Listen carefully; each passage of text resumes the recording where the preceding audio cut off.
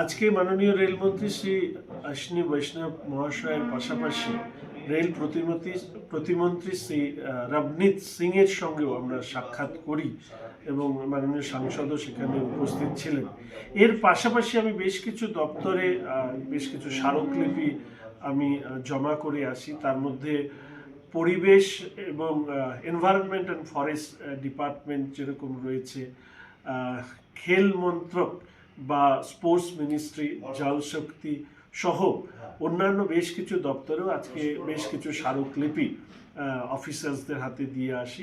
এবং এগুলোতে মূলত যেটা আমরা চেষ্টা করেছি যে উত্তরবঙ্গের যে কেন্দ্রীয় বিশ্ববিদ্যালয় হোক, উত্তরবঙ্গের পরিবেশ রক্ষার প্রশ্নে হোক, উত্তরবঙ্গে স্টেডিয়াম, খেলো ইন্ডিয়া সেন্টার এগুলো করবার ক্ষেত্রে হোক, এমনকি উত্তরবঙ্গের স্বাস্থ্য পরিকাঠামো, এইমস ইত্যাদি তৈরি করবার প্রশ্নে যে কেন্দ্রের সরকার দ্রুত ভূমিকা গ্রহণ করুন, ইতিবাচক ভূমিকা গ্রহণ করুন।